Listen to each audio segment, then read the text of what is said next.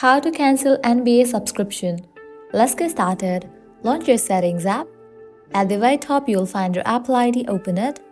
Now different options will appear. Go ahead and click on this option of subscriptions. Now on this page, you will be able to find different sections.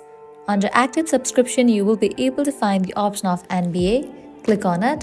With that, you will get the option of cancel subscription. Go ahead and click on that option. You will get the pop-up confirm cancellation. Click on confirm. With that, you have just cancelled subscription for your NBA account. Now you won't be charged anymore, and the great thing is you can carry on using the app until the subscription date was originally due. Also, deleting the NBA app or account will not cancel your subscription, and subscriptions renew automatically unless you cancel your subscription manually on your own.